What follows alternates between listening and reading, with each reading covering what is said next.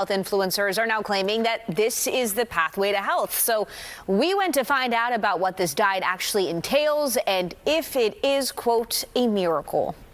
So just by changing our diet, even the cholesterol, the triglycerides, the blood pressure, all of that normalized in 30 days. It could be a miracle cure. At least that's what it's touted to be by influencers like Annette Reeder, also known as the biblical nutritionist.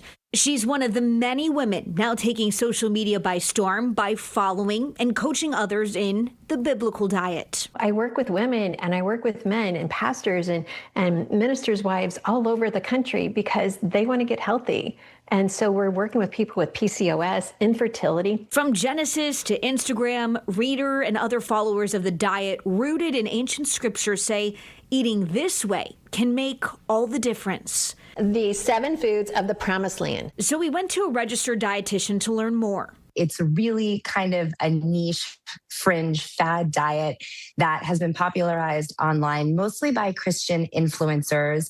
And as the name suggests, it's taking its cues from food that appeared or was mentioned in the Bible, in biblical times. It's very similar to a Mediterranean style diet. And this is a diet that actually has been well studied. People who follow the diet say not only have they dropped weight, but they've also improved their health drastically. My husband's triglycerides were over 900 and they came down to 160 in 30 days. Rachel Lustgarten says there are no real downsides to opting into this way of eating because it is inherently healthy.